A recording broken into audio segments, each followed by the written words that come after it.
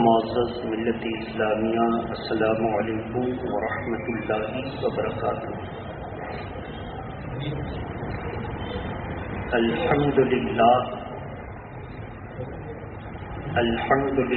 نحمده ونصلی ونسلم علی رسوله الکریم،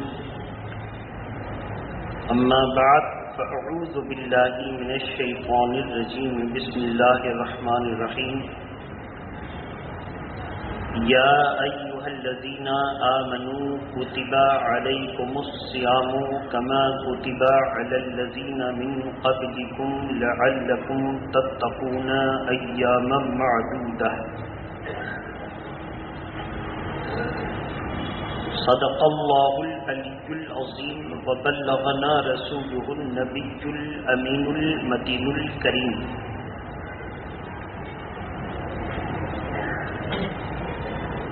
نماز اچھی، حج اچھا، روزہ اچھا، زکوٰۃ اچھی۔ نماز اچھی، حج اچھا، روزہ اچھا، زکوٰۃ اچھی، مگر میں باوجود ان کے مسلمان ہو نہیں سکتا۔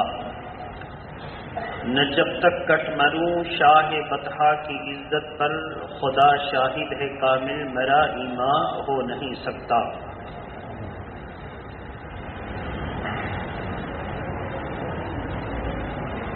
عزیزان ملت اسلامیہ، ہم اور آپ ماہ بابرکت سے قریب تر ہیں۔ شعبان المعظم 1442 ہجری کا یہ آخری جمعہ ہے۔ آنے والے بمشکل 3 اور 4 روز میں ہم سب پر ماہ رمضان المبارک کا ہلال مطلع نواز ہوگا، جس کے بارے میں اللہ کے پیارے رسول صلی اللہ علیہ وسلم نے اپنے شعبان المعظم کے جمعہ کے آخری خطبے میں ارشاد فرمایا تھا۔ مفہوم کی روشنی میں اسی کے تعلق سے کچھ عرض کروں گا، اس امید پر کہ ہم اور آپ رمضان کے مہینے کی تیاری کریں، ہر طرح کے لغو اور فضول کاموں سے اپنے آپ کو فارغ کر لیں، تاکہ رمضان کی سچی خوشی، روحانی خوشی، عبادت والی خوشی ہمیں اور آپ کو مل جائے۔ محبت کے ساتھ درود شریف پڑھیں۔ اللہم صلی علی سیدنا شفیعنا حبیبنا مولانا محمد وعلی آلہ واصحابہ وبارک وسلم صلاۃ و سلاما علیک یا رسول اللہ۔ اللہ کے پیارے نبی صلی اللہ علیہ وسلم فرماتے کہ تم پر ایک ایسا مہینہ طلوع ہونے والا ہے، ایک ایسا فضل والا مہینہ تم پر سایہ فگن ہونے والا ہے، جس کی راتیں بھی بے مثال اور جس کے دن بھی بے مثال ہیں۔ اس میں اللہ تبارک و تعالیٰ نے تم سب کو رات کا قیام اور دن کے روزے تم پر رکھے۔ روزہ تو فرض ہے، رات کے قیام سے مراد تراویح ہے۔ تراویح کے تعلق سے لوگ سمجھتے ہیں کہ ختم تراویح پڑھ لی، تراویح کی ذمہ داری ادا ہو گئی۔ ہم اور آپ مسلمان تو ہیں، مگر بہت ساری باتوں میں ہم عرف کو لے لیتے ہیں، حقیقت کو چھوڑ دیتے ہیں۔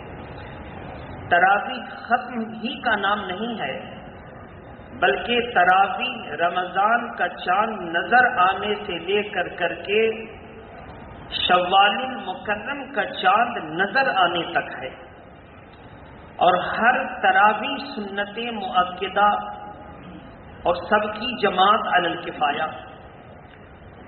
لہذا اگر کہیں 10 روزہ ختم تراویح رکھی گئی، 20 روزہ رکھی گئی، تو ہر مسلمان کے اوپر سنت مؤکدہ ہے کہ پورے مہینے کی تراویح پڑھے۔ اگر وہ کاروبار میں جانا چاہتا ہے تو جائے، لیکن گھر آ کر جس طرح عشاء کی نماز فرض پڑھتا ہے اسی کے ساتھ سنت مؤکدہ تراویح کی 20 رکعتیں بھی اس کو سورہ کے ساتھ پڑھنی ہوں گی۔ اگر نہ پڑھے گا تو گنہگار ہوگا۔ رمضان مبارک کی آمد سے پہلے سب سے پہلی عبادت وہ تراویح ہی ہے۔ ابھی روزہ آپ نے نہیں رکھا، آپ نے سحری نہیں کی، آپ نے افطار نہیں کیا، سب سے پہلے رمضان کا تحفہ تراویح آپ نے پڑھی۔ تو تراویح جس حیثیت سے مردوں کے اوپر سنت ہے، ایسے ہی عورتوں پر بھی 20 رکعت تراویح سنت ہے۔ جس طرح مرد سنت کے ساتھ تراویح پڑھتے ہیں، اسی طرح عورتیں بھی اپنے گھروں میں سورہ ملا کر تراویح پڑھیں گی۔ ان کی آسانی کے لیے بتا دیں، مرد کی اگر تراویح چھوٹ گئی ہے وہ بھی سنیں اور تمام عورتیں اس کو سمجھ کر عمل کریں۔ عشاء کی نماز پڑھ لیں، اگر چاہیں تو وتر وہ بعد میں پڑھیں، وہ بیچ میں تراویح کر لیں، اور اگر چاہیں تو وہ عورتیں وتر پہلے پڑھ لیں، تراویح کو بعد میں کر لیں۔ دونوں کا اختیار عورتوں کو ہے۔ مثلا عشاء کی نماز ادا کر لی، 4 رکعت عشاء کے قبل کی سنت غیر موقدہ ضروری نہیں ہے، اگر ادا کر لیا تو بہت ثواب، اگر چھوڑ دیا تو کوئی گناہ نہیں۔ عشاء کی بعد کی 2 رکعت سنت یہ موقدہ ہے، اس کی تاکید آئی ہے، پڑھنا ہے۔ تو 4 4 8 اور 2 سنت عشاء کی یہ رکعتیں ہو گئیں۔ اس کے بعد تراویح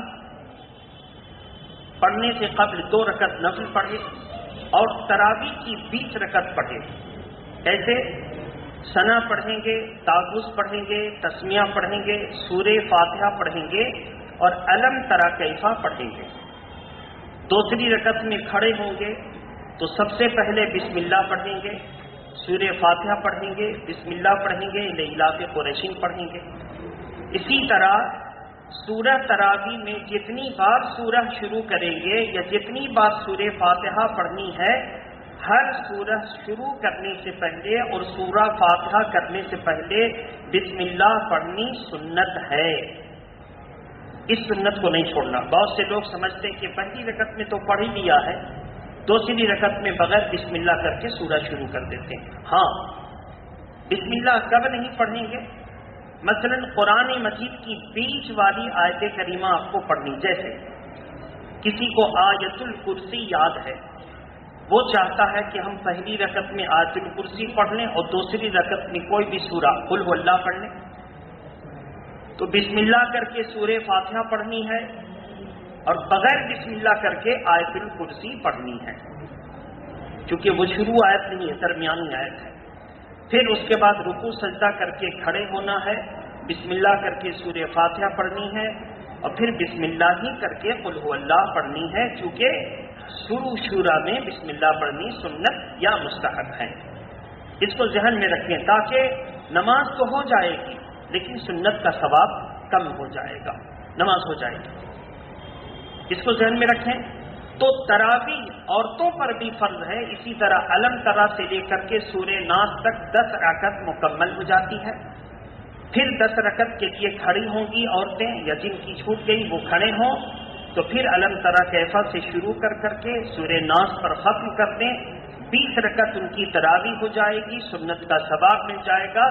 اور رمضان میں جو قیام کا ذکر ہے وہ یہی کہ جو ایمان و یقین کے ساتھ رمضان کی راتوں کو قیام کرے اور دن کو روزے رکھے تو اللہ تبارک و تعالیٰ ایسے مومن میں سے ہر روز 6 لاکھ گنہگاروں کو جہنم سے آزاد کرتا ہے۔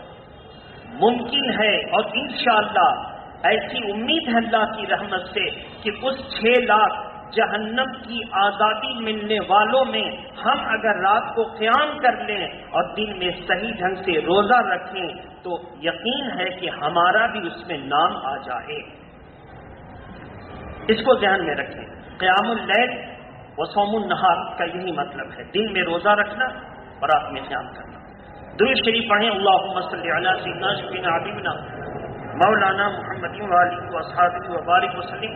صلاۃ و سلام علیکہ یا رسول اللہ. رمضان کے روزے 9 ہجری میں فرض ہوئے. کتنی ہجری میں؟ نماز فرض ہوئی نبوت، اعلان نبوت کے 12ویں سال،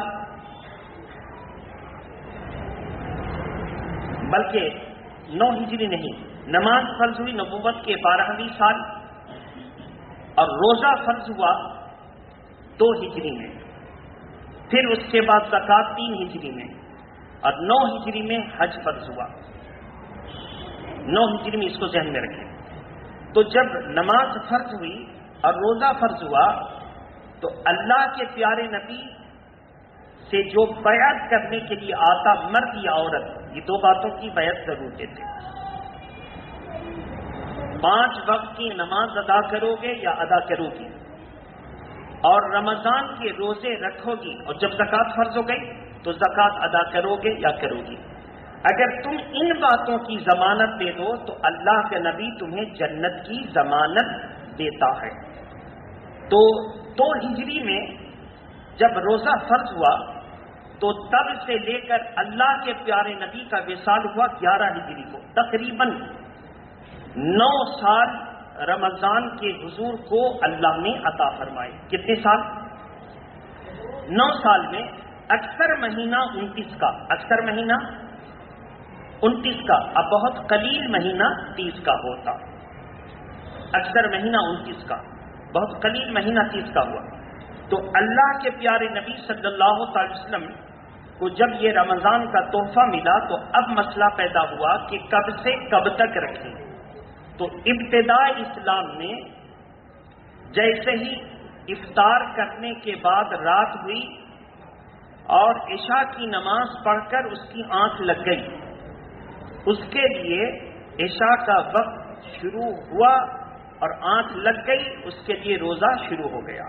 روزہ پوری رات روزہ، پورا دن روزہ، ابھی سحری کا اہتمام نہیں.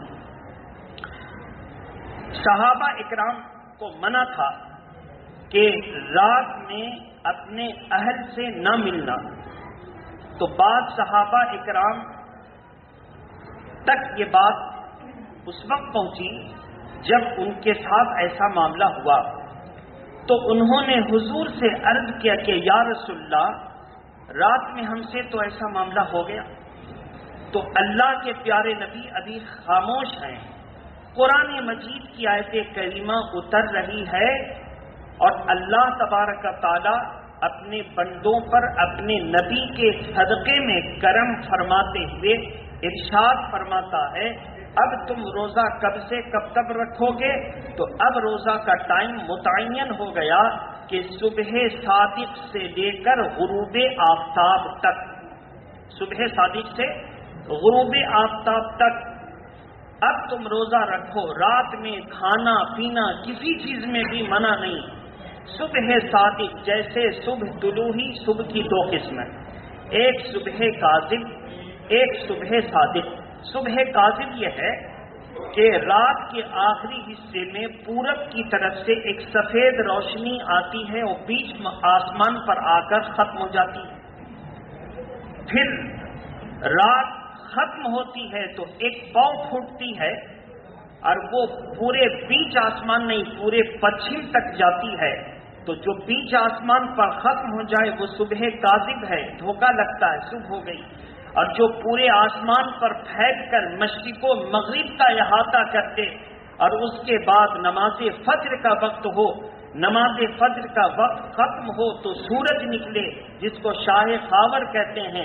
تو اب فجر کا وقت کم از کم 1 گھنٹہ 20 منٹ تک رہا.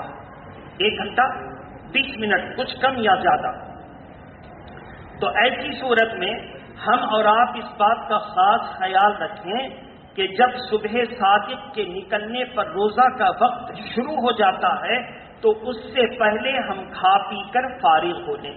مثلا اعلان ہوگا 4:01 2 منٹ پر سحری کا وقت ختم ہو رہا ہے، تو ہم پر اور آپ پر لازم ہے کہ آپ اپنا ٹائم ٹیبل ایک دم صحیح ملا لیں، مسجد سے بھی ملا لیں، اور ملانے کے بعد آپ اپنے ٹائم ٹیبل کے مطابق 1 منٹ پہلے ہی فارغ ہو جائیں اور نیت کر لیں. اگر رات ہی میں نیت کریں گے یعنی سحری کے وقت تو نیت کریں گے کل کی، آئندہ کل کے روزے رکھنے کی میں نے نیت کی اور آنکھ لگ گئی، صبح میں اٹھے، یا مثلا سحری کھا کر کے بیٹھے تھے کہ آنکھ لگ گئی، اور جب مؤذن صاحب نے کہہ دیا کہ سحری کا وقت ختم ہو چکا تو آپ کی آنکھ کھلی، اب کیسے نیت کریں گے؟ آج کے روزے رکھنے کی میں نے نیت کی. رات میں اگر نیت کریں گے تو کل کے روزے، اور جیسے ہی نماز فجر کا وقت شروع ہو گیا اب نیت کریں گے تو آج کے روزے رکھنے کی میں نے نیت کی. اس کو ذہن میں رکھیں. اسی طرح افطار کا حکم یہ ہے کہ جیسے ہی افطار میں سورج کے ڈوبنے کا یقین ہو جائے تو اب دیر نہ کریں، تاخیر نہ کریں. لیکن سورج کے ڈوبنے کا یقین نہیں ہوا اور جلدی کر رہا ہے، اگر کہیں سورج نہیں ڈوبا اور افطار کر دیا تو دن بھر کی محنت گئی، روزہ نہ ہوا. بڑے احتیاط کی ضرورت ہے. بعض مسجد کمیٹی اور مسجد کے ذمہ دار نہ علماء سے مشورہ لیتے ہیں، نہ خود علم توقیت ہے ان کے پاس، یعنی وقت کا علم ہے. اپنی مرضی سے وہ جو کلکتہ کا اسٹینڈرڈ ٹائم لایا اللہ کی مسجد میں لٹکا دیا اور اسی کے مطابق وہ کرتے ہیں. اب ان کو یہ بھی پتا نہیں کہ کلکتہ سے کتنا 100 کلومیٹر یا کتنا کلومیٹر دور ہوگا تو منٹ بدل جائے گا، ان کو یہ پتا نہیں. اب وہ 35 کلومیٹر 40 کلومیٹر دور ہیں اور اسی کو فالو کر کے چل رہے ہیں. تو ایسے غیر ذمہ دار کمیٹی سب کے روزے اور نماز کو فساد میں ڈالتے ہیں اور سب کے مجرم نہیں ہیں. لہذا ذمہ دار علماء کو آگے آنا چاہیے. عوام اور کمیٹی سے ڈرنے کی ضرورت نہیں ہے. ان کو کہیں کہ ہم لوگ شہر کلکتہ سے اتنے کلومیٹر دور پر ہیں تو بیٹھ کر کے علماء اکرام مفتیان نظام وہ جو ہے ٹائم ٹیبل اور جدول تیار کریں اور تقویم کے مطابق تیار کریں اور اس کے بعد وہ اپنی مسجدوں میں رکھیں. ہماری مسجد میں یہی ایک کاپی رکھی ہے، وہ ہمارے یہاں کی جدول ہے، اس کو تیار کیا گیا.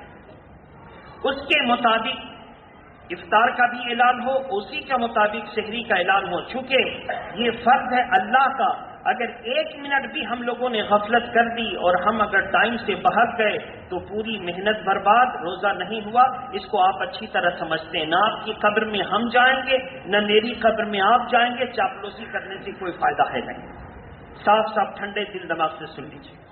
محبت کے ساتھ درود شریف پڑھیے. اللہم صلی علی سیدنا جبینا حبیبنا مولانا محمد وجود بالکرم والی واصحابہ وبارک وسلم صلاۃ و سلام علیک یا رسول اللہ صلی اللہ تعالی علیہ وسلم. تو سحری اور افطار کا خاص خیال رکھیں. اس کے بعد افطار کا وقت جیسے ہو، پہلے ہم سحری کے بارے میں کرتے ہیں. سحری کا وقت جیسے ہو کب ہوگا؟ بعض لوگ سمجھتے ہیں کہ 1 بجے رات تک جاگ رہے ہیں تو کھا پی لیں گے، سو جائیں گے. کھا پی تو لیں گے، لیکن جو سحری ہے کہ عشاء کی نماز پڑھ کر کچھ دیر سو رہے، پھر تہجد کے وقت میں اٹھے، تو یہ کچھ دیر سو رہنا اور تہجد کی نیت سے سونا اور تہجد کے وقت میں اٹھنا، پھر اس کے بعد سحری کرنا وقت ہے تو تہجد کی نماز ادا کرنا، یہ ساری نیکیوں کی نیت ختم ہو گئی. ساری نیکیوں کی نیت ختم ہو گئی، اور جب ختم ہو گئی تو ثواب کم ہو گیا. اس لیے جو لوگ رات کے 1 بجے 2 بجے تک جاگتے ہیں اور کچھ کھا پی کے سو جاتے ہیں، بے شک روزہ ہو جائے گا روزہ، لیکن جو سحری اہتمام کر کے آخری رات کے حصے میں اٹھنا، 1 لقمہ کھا لینا، 1 گھونٹ پانی پی لینا، جو اللہ کے پیارے نبی کی سنت ہے وہ چھوٹ رہی ہے. اس کو ذہن میں رکھیں. جو لوگ نوکری کرتے ہیں، رات میں ڈیوٹی کرتے ہیں، ان کے لیے تو ٹھیک ہے کہ وہ ڈیوٹی کرتے ہیں، اگر وہ سوئیں گے تو ڈیوٹی چھوڑنے کا گناہ ہوگا کہ ڈیوٹی میں نقصان ہے، مالک کو نقصان پہنچانا لازم آ جائے گا۔ تو ڈیوٹی کرتے ہوئے نیت کر لیں کہ رات کے آخری حصے میں ہم کو سحری کرنی ہے۔ بعض لوگ کہتے ہیں کہ پیٹ بہت بھرا، کچھ نہیں کھانا، کچھ پانی نہیں پینا، گھر والے کو کہہ دیتے ہیں اٹھانا نہیں، سو جائیں گے، عورتیں بھی کہہ دیتی ہیں اٹھانا نہیں، ہم سو جائیں گے، سحری کی نیت پہلے ہی کر لیں گے۔ یاد رہے ایک لقمہ کھا لینا، ایک گھونٹ پانی پی لینا، یہ حضور کی سنت ہے۔ اللہ کے نبی نے فرمایا تسحروا فإن فی السحور برکہ، سحری کرو کہ سحری کرنا برکت ہے۔ تو برکت جب ہے تو سحری کرنا، جس حلال کمائی سے سحری کا انتظام کیا اس میں بھی برکت۔ جو لقمہ کھایا، ایک لقمہ کھانا پورے دن کے لیے کافی ہوگا اور جسمانی تمام کمزوری کو وہی لقمہ دور کر دے گا۔ یہ ہم نے نہیں کہا، کسی میڈیکل لائن کے آفیسر نے نہیں کہا، اللہ کے پیارے نبی نے کہا ہے کہ ایک لقمہ کھا لو تاکہ دن بھر روزہ رکھنے کی طاقت پیدا ہو جائے۔ اس لیے سحری کریں گے آخری وقت میں۔ تو مثلاً آپ 3 بجے اٹھ گئے، 2:30 بجے اٹھ گئے اور اس کے بعد سحری بھی کر لیا، وقت ہے تو تہجد کی نماز بھی پڑھ لیا۔ تہجد کی نماز کم سے کم 2 رکعت، وقت نہیں ہے تو، اور اگر معمول بنانا چاہتے ہیں تو 8 رکعت کا معمول اللہ کے پیارے نبی کا بھی تھا۔ بڑے بڑے صحابہ کرام نے 8 رکعت پر اجماع فرمایا ہے۔ اللہ کے نبی کبھی کبھی زیادہ سے زیادہ 12 رکعتیں تہجد کے پڑھتے، 2 رکعت کر کے، 2 رکعت کر کے 8 رکعت کا معمول بنا لیجئے، یا پھر کم سے کم 2 رکعت تہجد کی نیت سے پڑھ لیجئے، تہجد کا ثواب مل جائے گا۔ تو میرے محترم بزرگ اور دوستو، سحری ضرور کریں، سحری کی برکتوں کو نہ چھوڑیں۔ اس کے بعد افطار کرنے کے لیے جیسے بیٹھے تو ہمارے یہاں آذان پر افطار ہوتی ہے۔ صحیح طرف یہ تھا کہ افطار کا اعلان ہوتا کہ سورج غروب ہو چکا ہے، آپ حضرات افطار کرنے، اور 10 منٹ کا وقت مل جاتا۔ 10 منٹ کے بعد آذان ہوتی، پھر اس کے بعد نماز ہوتی مغرب کی، اور یہ جو 10 منٹ کا وقت اعلان کر کے ملتا یہ کھانے پینے کا وقت۔ مگر ہم لوگ بھی گناہگار بن جاتے ہیں، ادھر آذان ہوتی رہتی ہے، یہاں ہم لوگ کھاتے پیتے رہتے ہیں۔ یہ غلط ہے، ہم بھی یہ غلط کرتے ہیں، مگر ماحول سے متاثر ہیں۔ تنہا چنا بھاڑ نہیں پھوڑ سکتا جب تک آپ مدد نہیں کریں گے۔ تو بہرحال افطار کا یقین ہو گیا، وقت ہو گیا، انتظار کرنے 1 منٹ اور پھر جلدی کریں افطار کرنے میں۔ اللہ کے پیارے نبی نے فرمایا یہودی اور مجوسی تاخیر کرتے ہیں، تم افطار میں جلدی کرو۔ کب؟ سورج کے ڈوبنے کا یقین ہو جائے تب۔ سورج ڈوبا نہیں، بدلی والا ابر آلود موسم ہے اور جلدی سے افطار کر لیا تو گنہگار ہوں گے، اگر وقت نہیں ہے تو پھر روزہ بھی گیا۔ بہرحال افطار کرنے کا سنت طریقہ کیا وہ دیکھیے۔ سب سے پہلے بسم اللہ پڑھیں گے اور افطار شروع کر دیں گے۔ کھجور کھا لیا یا پانی پی لیا، دونوں سنت۔ اللہ کے نبی نے فرمایا کھجور سے سنت، دوسری روایت میں اگر کھجور نہ ملے تو پانی سے افطار کریں، دونوں سنت پر عمل کر لیجئے۔ عمل کرنے کے بعد اب اس کے بعد پڑھیے دعائے افطار۔ اللہم لک صمت وبک آمنت وعلیک توکلت وعلی رزقک افطرت۔ ترجمہ سن لیجئے، اے اللہ میں نے تیرے لیے روزہ رکھا، تیری دی ہوئی رزق سے افطار کیا، تجھی پر بھروسہ کیا اور تجھی پر ایمان لائے۔ تو یہ سارے چیزیں کیا ہیں؟ ماضی کے ہیں۔ جب آپ نے افطار کیا ہی نہیں ہے تو دعا پڑھنے کے مطلب میں نے تیری دی ہوئی رزق سے افطار کیا اور ابھی افطار کیا ہی نہیں، تو اس کا مطلب ہے بسم اللہ پڑھ کر افطار کرنا اور افطار کرنے کے بعد دعا پڑھنی۔ اس کو ذہن رکھیں۔ ہم لوگ سمجھتے ہیں دعا افطار ہے تو جیسے ہی آذان ہوئی اللہم لک صمت وبک آمنت تو کر کے ہم کھا لیتے، نہیں، بسم اللہ پڑھ کر کے کھائیں گے۔ کھجور یا پانی کی سنت بھی نہ چھوٹے، سب کے یہاں دستیاب ہے، ذرا سی ترتیب آپ الٹ دیں گے تو سنت چھوٹ جائے گی۔ کچھ نہیں کرنا، صرف ترتیب آپ رکھیں گے تو سنت بھی آپ کو مل جائے گی، ذرا سی غفلت ہو گئی سنت چھوٹ جائے گی۔ اب اس کے بعد افطار کی دعا پڑھنا. ہاں، ڈائبٹیز کے مریض ہیں، پریشر کے مریض ہیں، دمہ کے شکار ہیں، کوئی طرح کا بھی مریض، اب ان کو جو دوائیں کھانے کی ہیں وہ افطار کر لیں، اور اس کے بعد اگر شوگر کے مریض ہیں اب وہ دوا کھجور اور پانی پی لیں، اور جو ناشتہ سے پہلے والی دوا تھی اس کو کھا لیں. ناشتہ سے پہلے والی دوا اس کو کھا لیں. افطار کریں، نماز کے لیے مسجد میں آئیں، جماعت کے ساتھ نماز پڑھیں، اپنے گھر جائیں، کھانے پینے کی ضرورت مزید ہے تو کھائیں پیئیں. اب جو ناشتہ کے بعد کھانے کی دوا ہے اس کو کھا لیں. پوری رات ان کی ہے، دھیرے دھیرے پانی پیتے رہیں. سحری کا جب وقت آئے سحری کر لیں، اور جو رات میں سونے کے وقت کی دوا تھی اب وہ کھا لیں. ترتیب الٹی ہو گئی، رات والی دوا صبح میں اور صبح والی رات میں. اب وہ دوا کھا لیں، دوا کھا کر کے نماز پڑھنے کے لیے آئیں، اور نماز پڑھ کر کے جب گھر جائیں تو پھر آرام سے سو جائیں.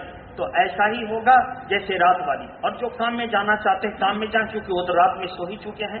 تو اب جو رات میں جاگ رہے ہیں ان کی ترتیب اپنے اپنے ڈاکٹر سے مل کر کے اپنی اپنی صحت کے حساب سے کر لیجئے. جس کو جیسا ڈاکٹر مشورہ دے، اور بحیثیت مسلمان خود بھی غور کرے کہ ہم کو کیسے کرنے میں بہتر ہے. تو جو ڈاکٹر مشورہ دے اس پر عمل کرنا ہے. ایک طرف ہم کو صحت بھی بچانی ہے اور ایک طرف ہم کو روزہ اور نماز کا بھی فائدہ اٹھانا ہے. اس کو ذہن میں رکھیے. بہرحال تو میرے محترم بزرگ دوستو، اب اللہ تبارک و تعالیٰ نے جو فرمایا اے ایمان والو روزے رکھو، جیسا کہ تم پر اگلوں پر روزے فرض کیے گئے تھے. کیا ہے؟ تم پر روزے فرض کیے گئے جیسا کہ تم سے اگلی امتوں پر روزے فرض کیے گئے. یہ مثال دینے کی ضرورت، مثال یہ ہے اللہ تعالیٰ اگر فرما دیتا کہ تم روزہ رکھو تو ہم لوگ روزہ رکھ لیتے، لیکن اس کا یہ کرم ہے کہ وہ ہم کو اگلوں کی مثال دے کر بتا رہا ہے کہ یہ روزے صرف تمہارے اوپر فرض نہیں بلکہ تم سے پہلی امتوں پر بھی فرض تھے، تو انہوں نے رکھا تو تم تو اللہ سے زیادہ محبت کرنے والے ہو، یہ روزہ تم پر بھاری کیسے ہو سکتا ہے؟ مثال کا مطلب یہ، مثلا آپ نے ایک 50 کلو سے بھری ہوئی چینی رکھی ہے بوری میں، اور آپ نے کسی نوجوان کو کہا اس 50 کلو سے چینی بھری ہوئی بوری ہے، اس کو اٹھاؤ. اس نے ذرا جھجک محسوس کیا. آپ نے کہا کہ ابھی تم سے کمزور لڑکا اس کو اٹھا لیا ہے. اب وہ جذبے میں آئے گا اور وہ اس کو اٹھا لے گا، جذبے میں آئے گا اس کو اٹھا لے گا. تو مثال دے کر سمجھانے کا مطلب یہ ہے کہ جب ہم سے کمزور یہ اٹھا سکتا ہے تو ہم کیوں نہیں اٹھا سکتے بلا تشبیہ و تمثیل. اللہ نے فرمایا کتب علیکم الصیام کما کتب علی الذین من قبلکم، تم سے اگلی امتیں روزہ رکھ چکی ہیں، ان پر بھی فرض تھے، تم پر بھی فرض ہیں. اب سینہ بڑا ہو گیا، ہمت بڑھ گئی، جب اگلے رکھ سکتے ہیں تو ہم کیوں نہیں رکھ سکتے ہیں؟ ہم کیوں نہیں رکھ سکتے ہیں؟ تو اس لیے میرے محترم بزرگ اور دوستو، اب اس کا نتیجہ کیا ہے؟ اللہ تعالیٰ فرماتا ہے من قبلکم کے بعد لعلکم تتقون. یہ روزہ کیوں رکھو؟ تاکہ تم متقی بن جاؤ. کیوں رکھو؟ تاکہ تم متقی بن جاؤ. اب سوال ہے کہ متقی بن کر کیا کریں گے؟ متقی سے کیا فائدہ ہوگا؟ تو روزہ اس لیے رکھیں گے کہ ہم کو متقی بننا ہو. کیسا متقی بننا ہے؟ ایک آدمی محنت و مزدوری کر کے دن بھر کا پیاسا تھکا مارا بھوکا عصر کی نماز کے لیے آیا، اس نے وضو کے لیے کلی منہ میں کی تو ٹھنڈا ٹھنڈا پانی بڑا مزہ آیا. اگر وہ چاہتا تو وہ منہ کی کلی پھینکتا نہیں اور کیا کرتا؟ نگل لیتا. کوئی پکڑنے والا تھا اس کو؟ چاہتا تو چھپ کر گھر چلا جاتا اور جا کے جم کے کھا پی لیتا، کوئی بولنے والا نہیں. لیکن یہ اس کا تقوی بتا رہا ہے، اللہ کا خوف بتا رہا ہے کہ روزہ اس نے اللہ کے لیے رکھا ہے، اور جس کے لیے رکھا ہے وہ تو دیکھ رہا ہے. تو اللہ تبارک تعالیٰ کا خوف دل میں یہ روزہ پیدا کرتا ہے کہ ایک مسلمان اپنے رب کی رحمت کو قریب محسوس کرتا ہے، اب وہ ڈھکے ہو یا چھپے ہو، ظاہر ہو یا باطن ہو، عوام میں ہو یا خواص میں ہو، عام جگہ پر ہو یا کمرے میں بند ہو، اپنا روزہ شریعت کے مطابق مکمل کرتا ہے تو یہ روزہ اس کو متقی بنا دیتا ہے، اللہ کے خوف سے، گناہوں سے بچا دیتا ہے تاکہ تم متقی ہو جاؤ۔ اور جب متقی ہو گئے تو کیا ہوگا؟ انشاءاللہ اگلے جمعہ اللہ تبارک تعالی ہماری اور آپ کی اس حاضری کو قبول فرمائے، ہم اور آپ روزے کی تیاری کریں کہ روزے کی تیاری کرنے کا بھی ثواب، اور ایک دم ابھی سے اپنے آپ کو ناپ تول کر کے معاملہ کو ٹھیک ٹھاک کر لیں کہ اگر جس میں کوئی کمزوری ہے وہ کمزوری دور کریں۔ بہت سے بوڑھے ہمارے جو ہے ماں باپ وہ کمزور ہیں لیکن روزہ رکھنے کا جذبہ ہے، تو ان کو نوجوان بیٹے ان کے لیے ٹونک کا انتظام کر دیں، ان کے لیے خصوصی کھانے کا انتظام کر لیں، مچھلی کے شوربے اور مرغی کے چوزے کا شوربے کا اپنی حیثیت کے مطابق انتظام کر دیں، اور کہیں کہ آپ فکر نہ کریں، آپ کو روزہ رکھنے کا شوق ہے، چلیے یہ کھانے پینے کی اچھی چیزیں میں نے انتظام کر دی تاکہ آپ کے جسم میں طاقت بھی آ جائے اور طاقت آ جائے تو آپ کے دل میں جو جذبہ ہے کہ بڑھاپے میں بھی روزہ رکھ لیں تو چلیے آپ روزہ رکھ لیجئے، تو بیٹے کو کھلانے کا ثواب ملے گا، باپ ماں کو روزہ رکھنے کا ثواب ملے گا، اور کھلا کن کو رہا ہے باپ ماں کو ڈبل ثواب ملے گا۔ تو اس طرح کر کے ہم لوگ ایک دوسرے کی غمگساری کرتے ہیں۔ ابھی فی الحال آپ روزہ رکھیں، زکوٰۃ، خیرات اور صدقات کے لیے جو ہے رمضان مبارک کا آخری عشرہ، اس میں آپ ابھی مکمل روزے پر 20 دن آپ کو روزے پر توجہ دینی ہے، ساری کمیوں کو دور کرنا ہے، قرآن مجید کی صورتیں بھی اس میں یاد کرنی ہے، نماز کے قواعد بھی یاد کرنے ہیں، جو کمی بیشی ہے اس کو پوری توجہ دینی ہے۔ اور آپ نے اگر ایسا کر دیا، باہر سے جو لوگ آپ نہیں پہچانتے زکوٰۃ لینے کے لیے آ گئے، خیرات لینے کے لیے آ گئے، آپ دل کھول کر کے اس کو دے دیتے ہیں، آپ پر واجب ہے آپ تحقیق کیجئے کہ وہ بد مذہب تو نہیں ہے، وہابی تو نہیں، دیوبندی تو نہیں ہے، شیعہ تو نہیں ہے، یا پھر وہ ایسا شخص جو لا دھرم ہے، سب مانتا ہے، بت کو بھی پوج لیتا، چھٹ پوجا بھی کر دیتا اور جا کے مسجد میں نماز بھی پڑھ لیتا ہے۔ ان معاملوں کو آپ دیکھ کر دیں، اگر نہ دیکھ کر کے دے دیا زکوٰۃ تو آپ کی زکوٰۃ ادا نہ ہوئی، آپ چاہے جتنا کہہ دیجئے کہ زکوٰۃ دے دیا اور فطرہ دے دیا، آپ کی زکوٰۃ ادا نہیں ہوئی۔ بہت سے لوگ مروت اور احسان میں کہیں سے رسید آئی اور اس کو لے لیتے ہیں، نیک کام ہے اس کو کرنا ہے، جب تک آپ یقین نہ کر لیجئے کہ کمیٹی والے فضول خرچ تو نہیں ہے، کمیٹی والا کوئی وہابی دیوبندی تو نہیں ہے، اس مدرسے کا سیکریٹری صدر بد عقیدہ تو نہیں ہے، تب تک آپ چندہ نہ کیجئے، نہ ایسے چندے کی رسید آپ پکڑیے، اس لیے کہ یہ آپ کا معاملہ نہیں ہے، یہ حق اللہ کا ہے، جو زکوٰۃ ادا نہیں کرتا اللہ اس کو پکڑے گا۔ ایسا نہیں ہے کہ ہم کو کہاں سے اتنی فرصت کے تحقیق کریں، جو آیا دے دیا، یہ ہمارا اور آپ کا حق نہیں ہے، یہ اللہ کا حق ہے، اگر ہم تحقیق کر کے نہ دیں گے تو زکوٰۃ ادا نہیں ہوگی۔ اس کو ذہن میں رکھیں، نہ آپ کل میرا ساتھ دیں گے، نہ میں کل آپ کے کام آؤں گا قبر میں، ہر آدمی کو اپنے اپنے اعمال کا حساب دینا ہے، ہمیں تیاری کرنی ہے، ہم تیاری کر رہے ہیں، اللہ تعالی ہماری اس تیاری کو قبول فرما لے۔ وآخر دعوانا ان الحمد للہ رب العالمین۔